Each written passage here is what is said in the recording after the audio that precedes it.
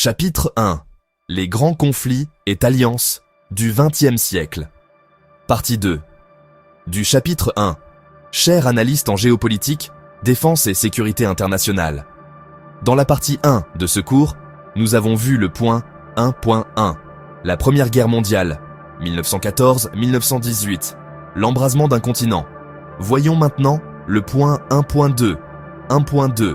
La Seconde Guerre mondiale, 1939-1945. La Seconde Guerre mondiale, 1939-1945. La Seconde Guerre mondiale n'est pas qu'une simple continuation de la première. Elle représente une intensification des dynamiques de violence et de totalisation. Et ses conséquences ont façonné l'ordre international pour des décennies. Pour les professionnels de la sécurité, comprendre cette période est essentiel pour saisir les racines de la diplomatie moderne, des alliances stratégiques et du droit international humanitaire. Bonjour à toutes et à tous, bienvenue dans cette grande leçon consacrée aux conflits et transformations géopolitiques du XXe siècle. Dans cette session, nous allons analyser en profondeur la Seconde Guerre mondiale, la guerre froide, ainsi que les mutations qui ont redéfini l'ordre international après 1991. Cette compréhension est essentielle pour tout professionnel de la géopolitique, de la défense et de la sécurité internationale.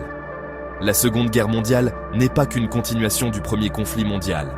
C'est une intensification de la violence, de l'idéologie et de la technologie militaire. Ses origines se trouvent dans les frustrations laissées par le traité de Versailles. L'Allemagne, humiliée et économiquement affaiblie, développe un sentiment nationaliste extrême que le parti nazi exploitera habilement. Cette humiliation démontre une leçon fondamentale. Une paix punitive ne stabilise pas. Elle prépare le terrain pour de nouveaux conflits. La crise économique mondiale de 1929 aggrave les tensions. Le chômage de masse, la pauvreté et l'instabilité sociale ouvrent la voie aux régimes totalitaires, en Allemagne, en Italie et au Japon. Ces régimes promettent ordre, stabilité et grandeur nationale. Cette période montre clairement le lien essentiel entre stabilité économique interne et comportement international d'un État. Durant les années 1930, trois puissances deviennent ouvertement expansionnistes. L'Allemagne nazie en Europe, l'Italie fasciste en Afrique et le Japon impérial en Asie. Leur stratégie vise à briser l'ordre international établi, à s'emparer de territoires et à imposer leur idéologie. Face à ces agressions, les démocraties européennes adoptent une politique d'apaisement dont les accords de Munich sont l'exemple le plus connu. Mais loin d'apaiser Hitler, ces concessions renforcent sa conviction que l'Europe n'osera pas s'opposer à lui. En 1939, un événement majeur change l'équation géopolitique, le pacte germano-soviétique. L'Allemagne nazie et l'Union soviétique, pourtant ennemis idéologiques, signent un accord de non-agression incluant le partage de la Pologne. Ce pacte permet à Hitler de lancer l'invasion de la Pologne le 1er septembre 1939, déclenchant la Seconde Guerre mondiale. Le conflit devient rapidement mondial et total. Plus de 100 millions de soldats sont mobilisés sur plusieurs continents, en Europe, en Afrique du Nord, en Asie du Sud-Est et dans le Pacifique. La guerre industrielle et technologique atteint un niveau jamais vu. Bombardements massifs, innovation militaire et mobilisation totale des populations civiles. Les civils deviennent des cibles stratégiques, marquées par les bombardements de Londres, Dresde, Tokyo et par les massacres commis dans les territoires occupés. La guerre révèle également l'une des pires atrocités de l'histoire humaine, la Shoah. 6 millions de juifs et des millions d'autres personnes sont exterminés dans un génocide systématique. Les procès de Nuremberg à la fin de la guerre posent les bases du droit pénal international moderne et de la notion de crime contre l'humanité. En 1945, les bombardements atomiques d'Hiroshima et Nagasaki ouvrent une ère nouvelle, l'ère nucléaire. Cette innovation modifie profondément la manière de concevoir la guerre et la paix. L'humanité découvre que sa propre destruction totale est techniquement possible. Cette réalité va dominer les relations internationales pendant plusieurs décennies.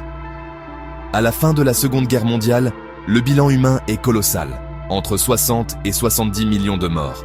L'ordre mondial est entièrement redessiné. Les puissances européennes traditionnelles déclinent, tandis que deux superpuissances émergent, les États-Unis et l'Union soviétique. Le monde entre ainsi dans une étape fondamentale, la guerre froide. La guerre froide, de 1947 à 1991, n'est pas une guerre directe entre États-Unis et URSS, mais une confrontation globale entre deux modèles. D'un côté, les démocraties libérales et capitalistes sous leadership américain, de l'autre, les régimes communistes centralisés alignés sur Moscou. Cette période se caractérise par la bipolarisation du monde, par la création de blocs militaires comme l'OTAN en 1949 et le Pacte de Varsovie en 1955, et par une compétition technologique intense, notamment dans le domaine nucléaire et spatial.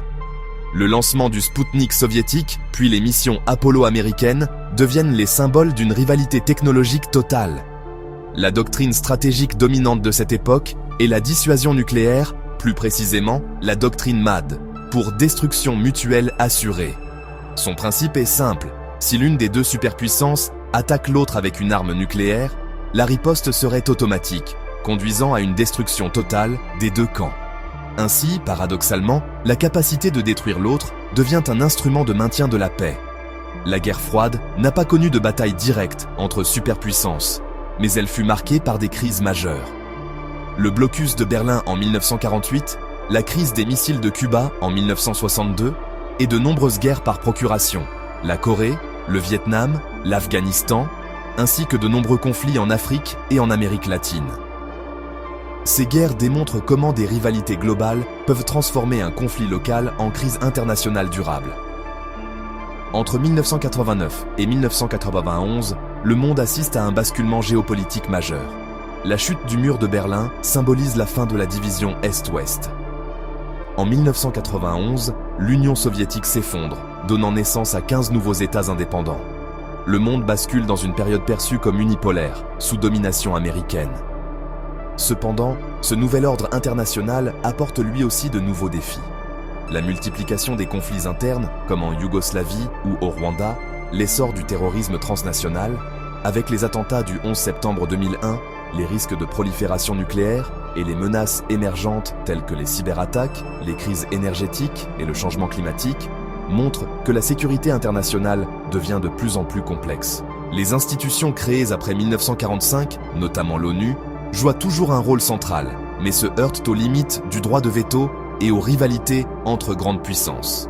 L'héritage de la guerre froide continue d'influencer les tensions actuelles, notamment entre la Russie et l'Occident, ou dans la région Indo-Pacifique, avec la montée en puissance de la Chine. Pour conclure cette leçon, retenez 3 idées clés. Premièrement, les conflits du XXe siècle ont construit les doctrines et institutions de sécurité actuelles.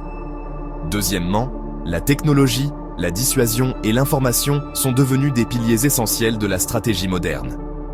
Troisièmement, la compréhension des héritages historiques permet d'anticiper les crises contemporaines et de mieux analyser la compétition stratégique mondiale. Merci d'avoir suivi cette leçon. Dans la prochaine session, nous étudierons les organisations internationales et les mécanismes de sécurité collective. International SRM LLC.